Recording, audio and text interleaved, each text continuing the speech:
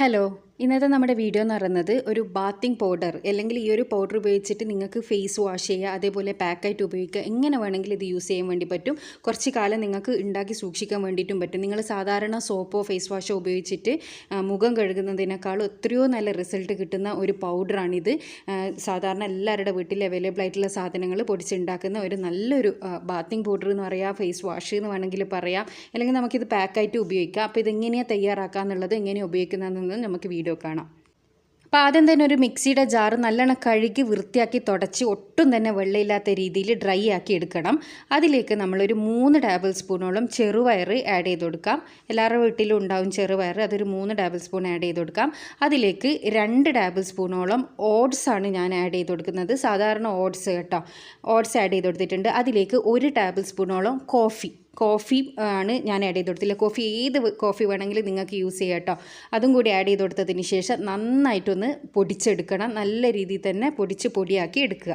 അപ്പോൾ ഇത് നല്ലോണം തന്നെ പൊടിഞ്ഞ് കിട്ടിയിട്ടുണ്ട്. ഈ ഒരു പൗഡർ നമുക്ക് ഒരു പാത്രത്തിലേക്ക് മാറ്റി കൊടുക്കുക. അപ്പോൾ മാറ്റി കൊടുക്കുന്ന പാത്രവും നല്ല ഡ്രൈ ആയി ഇരിക്കണം കേട്ടോ, കാരണം ഇത് കുറേ കാലം നിങ്ങൾക്ക് ഉപയോഗിക്കണമെന്നുണ്ടെങ്കിൽ ഈർപ്പം ഒട്ടും കയറരുത്. ഇതിലേക്ക് കടലമാവ് എന്ന് പറയില്ലേ, അത് 1 ടേബിൾ സ്പൂണോളം ഇട്ട് കൊടുത്തതിന് ശേഷം നന്നായിട്ടൊന്ന് മിക്സ് ചെയ്തെടുക്കുക. കടല പൊടി ഞാൻ ആഡ് ചെയ്ത് കൊടുത്തത് എന്താണെന്ന് വെച്ചാൽ എൻ്റെ അടുത്ത് അത് ഉള്ളത് കൊണ്ടാണ്. അല്ല നിങ്ങൾക്ക് അതും പൊടിക്കണമെന്നുണ്ടെങ്കിൽ നേരത്തെ കൂടെ ഇട്ടിട്ടൊന്ന് പൊടിച്ചെടുത്താൽ മതി, ഒരു 1.5 ടേബിൾ സ്പൂൺ എടുത്തതിന് ശേഷം. അപ്പോൾ ഇത് ഞാൻ നന്നായിട്ടൊന്ന് മിക്സ് ചെയ്തെടുത്തിട്ടുണ്ട്. ഇനി ഇതെങ്ങനെയാണ് ഉപയോഗിക്കേണ്ടതെന്ന് വെച്ചാൽ, നമ്മൾ കുളിക്കുന്ന സമയത്ത് അല്ലെങ്കിൽ മുഖം വാഷ് ചെയ്യുന്ന സമയത്ത് ഇതിൽ നിന്ന് നമുക്ക് ആവശ്യമുള്ള അത്ര പൗഡർ എടുക്കുക.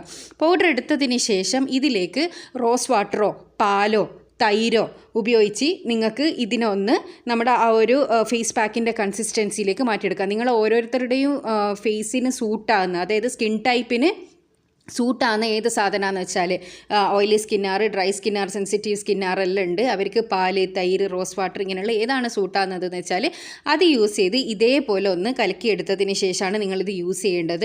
അപ്പോൾ നിങ്ങൾ ബോഡിയിൽ യൂസ് ചെയ്യുന്ന സമയത്ത്, കുളിക്കുന്നേരം ബോഡിയിൽ യൂസ് ചെയ്യുന്ന സമയത്ത് സോപ്പിന് പകരമാണ് ഇത് യൂസ് ചെയ്യേണ്ടത്. ആദ്യം ഒന്ന് സോപ്പ് ഉപയോഗിച്ച് കഴുകി കളഞ്ഞതിന് ശേഷം ഈ ഒരു പാക്ക് ബോഡി കംപ്ലീറ്റ് ഇട്ട് അറ്റ്ലീസ്റ്റ് ഒരു 10 മിനിറ്റെങ്കിലും വെച്ചിട്ട് നിങ്ങൾ ദിവസം കുളിക്കുകയാണെങ്കിൽ നിങ്ങളുടെ ശരീരത്തിൽ വരുന്ന മാറ്റം നിങ്ങൾക്ക് പോലും വിശ്വസിക്കാൻ പറ്റാത്ത അത്രയും അടിപൊളി മാറ്റമായിരിക്കും ഉണ്ടാകുക. പിന്നെ ഒരിക്കലും ഇതിൽ നനഞ്ഞ സ്പൂണോ ഒന്നും ഇടാൻ പാടില്ല. അങ്ങനെ ഇട്ടാൽ ഇത് പെട്ടെന്ന് കേട് വരും. അതുകൊണ്ട് ഡ്രൈ ആയിട്ടുള്ള സ്പൂണ് മാത്രം ഉപയോഗിക്കുക. ഇതേപോലെ തന്നെ ഞാൻ പറഞ്ഞതുപോലെ റോസ് വാട്ടറോ അല്ലെങ്കിൽ പാലോ തൈരോ ഉപയോഗിച്ചിട്ട് ഒരു ഫേസ് പാക്കിൻ്റെ കൺസിസ്റ്റൻസിയിൽ നിങ്ങൾക്കിത് ഡെയിലി ഫേസിൽ പാക്കായിട്ട് ഇട്ടിട്ട് യൂസ് ചെയ്യാം.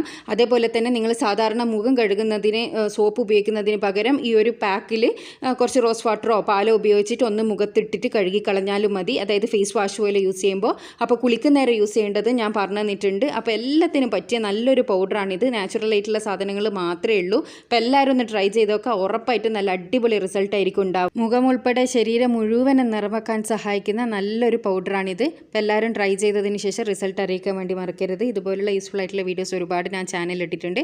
കാണാൻ ഇഷ്ടപ്പെടുന്നവരാണെങ്കിൽ കാണുക. അടുത്ത നല്ല വീഡിയോ ആയിട്ട് വീണ്ടും കാണാം. താങ്ക്